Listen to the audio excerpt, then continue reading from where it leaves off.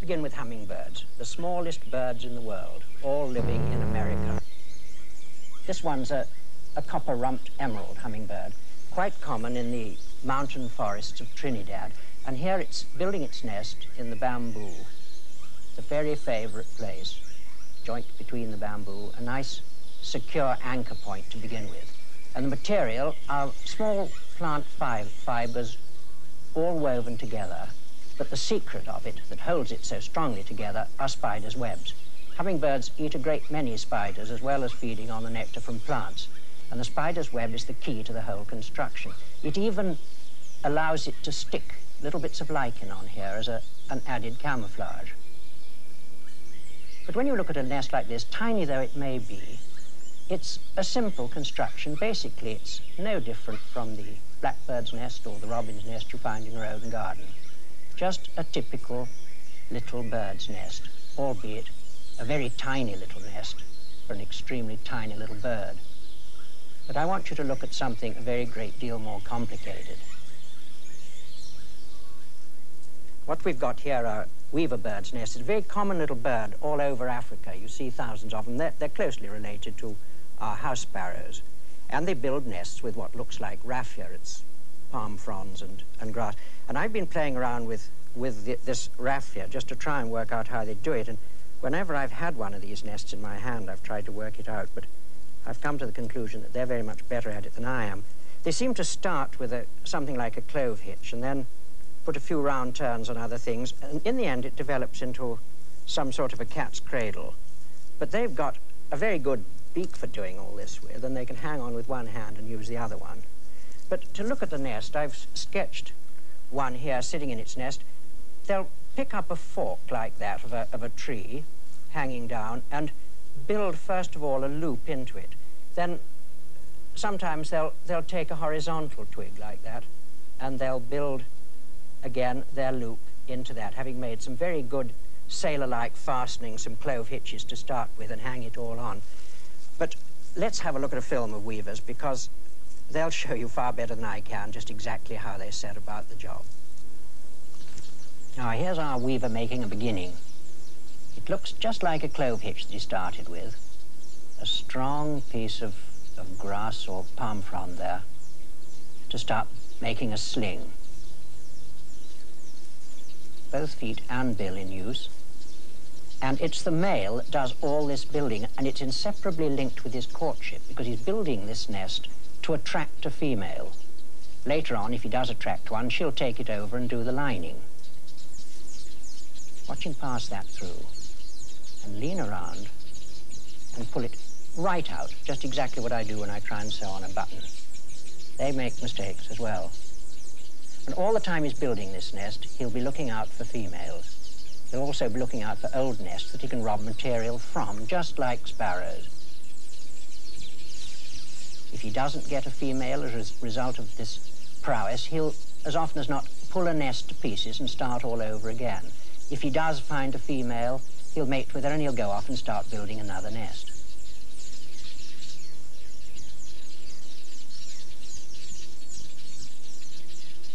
There they go. Entrance at the bottom, a sort of funnel at the side. But they're communal builders, the weavers. Let's look at a real loner. Also in Africa, and a thorn acacia, it's the penduline tit. A nest all on its own, even more closely woven than a weaver's nest, made out of animal hairs and very small vegetable fibers. But look closely at the nest. Now, you'd never believe that was the entrance. You're meant to think that there's a false entrance underneath. He looks in that false entrance, perhaps to make other things think that that is the real entrance. If you put your hand in there, you would think the nest was empty. So would other predators. But the cunning little thing just pulls it down and slides in the letterbox top. He's in and out all the time now, feeding young, and then he closes it up with his head behind, so that you just don't spot it there. But what we're looking at now is a female, and not a bird at all, a harvest mouse. She's a pregnant female. The pregnant females only build these beautiful nests in standing corn or in meadows and hedges. Here she's shredding down a leaf with her teeth, half-inch wide leaf will give her 15 strands. And you see, she hasn't stopped it growing. It'll stay green as long as the corn stays green and help to conceal the nest. And all the loops she's using are knitting loops. It's rather interesting because human pregnant females, they also do a lot of knitting. And in there she'll go, and finally she'll line it with seed down and the finest strands of vegetation to finish it off. She works away, and it'll take her most of the day to do it. It's a very much more comprehensive woven structure than the little resting nests that the males make for themselves.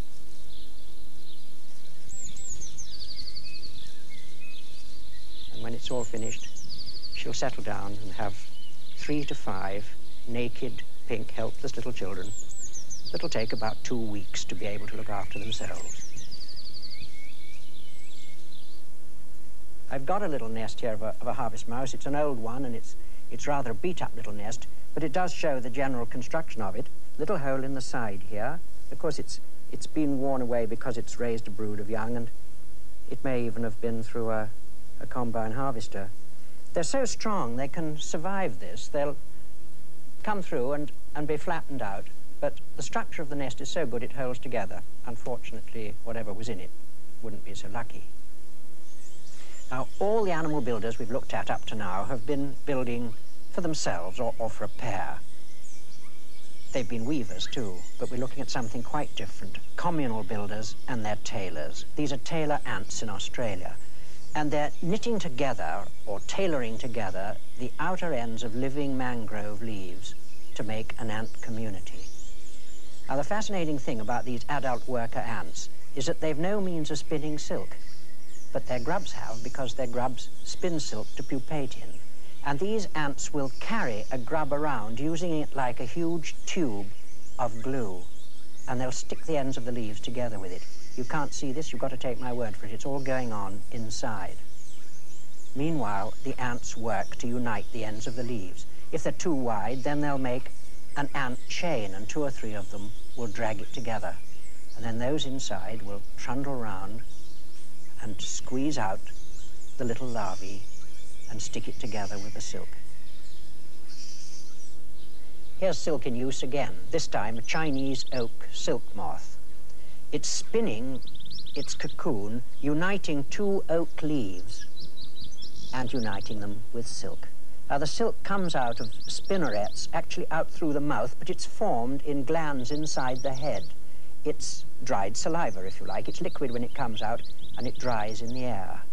And as she rolls about inside that framework made of the oak leaves, she passes out the silk crisscross and gradually unites the leaves together to make a perfect cocoon.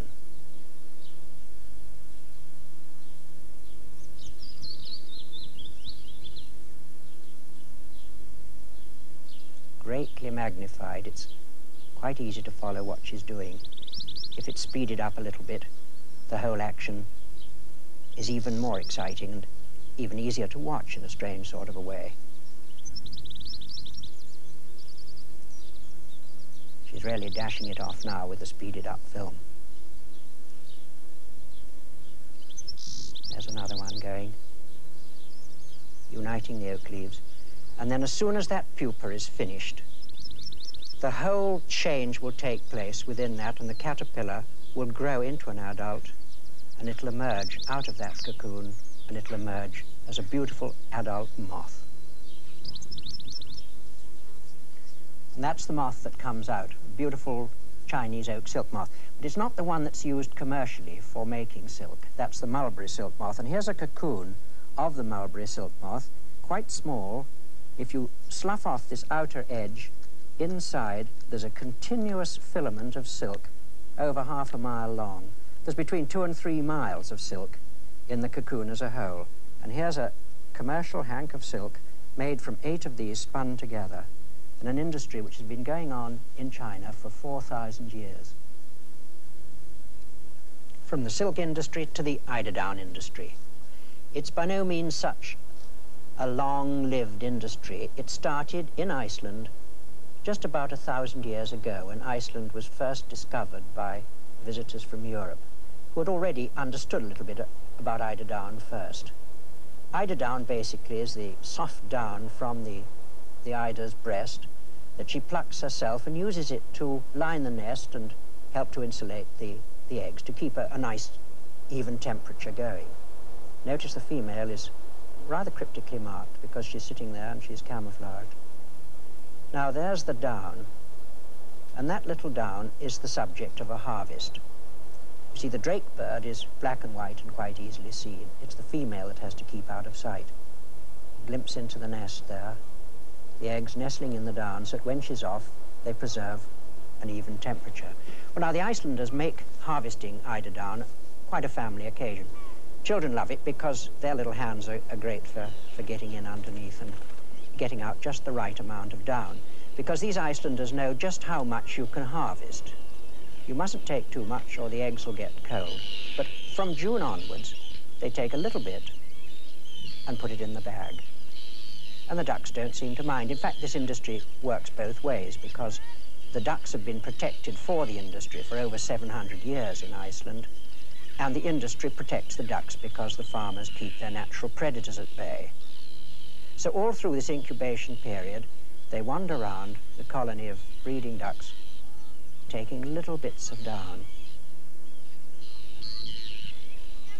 Of course, later on, the eggs will hatch, the ducks will go, and then it's possible to take the whole lot. And there the harvest is complete. The eider down industry for warmth and comfort in human homes. We've looked at nothing but homes lately, haven't we? Animal homes. We're going to look at something different now. We're going to look at an animal builder that's building a trap. The animal's a very common one, the orb web spider, very common in the gardens. And it's building a trap. There'll be a home associated with it, but the trap is what it's doing now. Very much speeded up. Round and round it goes until the fatal web is complete. Then off to the corner to lurk. That's how it's done. Let's look at it again. We'll get the spider to unwind it so that we can study it even more carefully.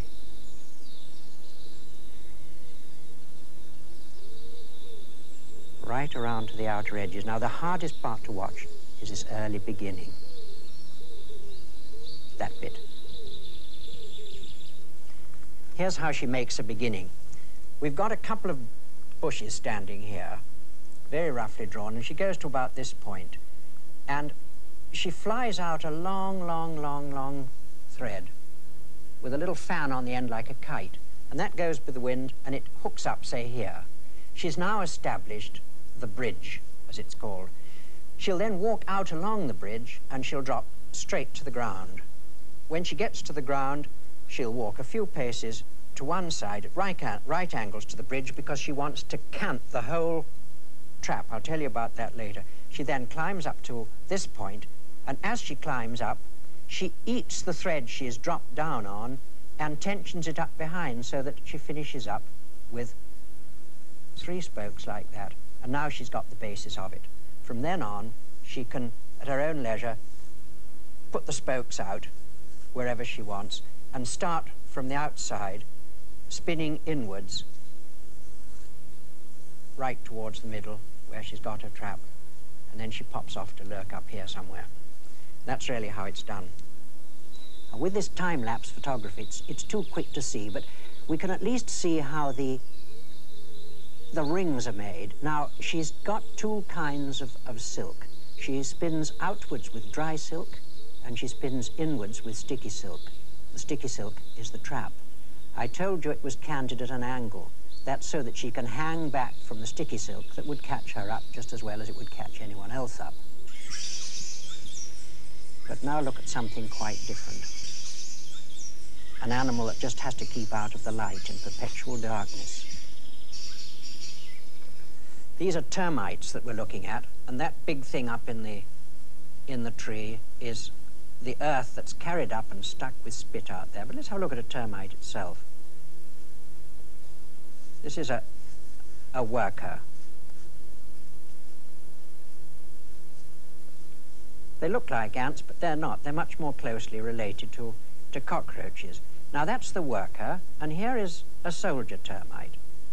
Now, there's very little difference in the size, except that the soldiers are a little bit thinner. But on the front, 6 legs, on the front they've got enormous jaws, and some of them have got a sort of spray gun that squirts acid.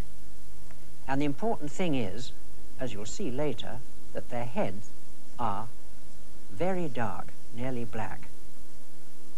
So we'll have a close look at that, see how we get on. Here's a termite tree on a tree in Trinidad. Make a little break there in the walkway up to it and immediately see what happens. The soldiers are first on the scene. See the black heads and the nozzles for squirting the acid? They're straight into the breach to protect it, waiting for the workers to come and make good the damage. There's the first worker on the scene. Big, fat one without a black head. And bit by bit, they'll build that up. Now, if the more severe damage and you get right through to the Queen's chamber, the activity is intense. That huge thing that looks like a captive zeppelin is the Queen. Just a great egg-laying machine laying 30,000 eggs a day. And all the activity to make good the damage, speeded up, but mighty active for all that. And the breach is closed, and the termite tree is safe and secure again.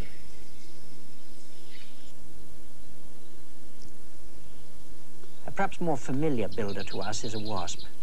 After a winter's hibernation, you see queen wasps out in the early part of the summer, building the first nest. A mixture of spit and chewed wood bark, making a product almost exactly like the sort of paper we write letters on. And here she is fashioning it round, making a pot, rather like a coil pot that they teach you when you're making your first pots at school. When she's got her nest complete, she'll make some cells in it, just a few cells, and lay an egg in each. Grubs will hatch from those eggs, and the queen will begin to feed those grubs. There they are, moving around, and she's tending them. Now, the cameraman has made a little hole in the side so we can see all this. And the queen wasp has realized what's going on, so she decides that she can take a little bit of time off from looking after the grubs to start repairing that hole. And there she goes to it with the spit and the chewed up bark, closing it up at a rare pace. Now, that nest will soon be about the size of a football, layer upon layer, hundreds, thousands of grubs. It'll grow into the traditional wasp's nest. There'll be wasps chasing after your jam at tea time at the end of the summer. But remember, wasps don't live on jam. Wasps are very helpful carnivores that eat a lot of garden pests. Well, we've looked at lots of different sorts of animals, builders, but they've all been animals that have picked things up, woven things together, stuck them with silk, all that kind of thing. There are some animal builders, though, that we haven't looked at. I can't help thinking of snails, because they're builders, but actually their shell grows on them. It's an altogether different thing. We'll look at it another time. Goodbye.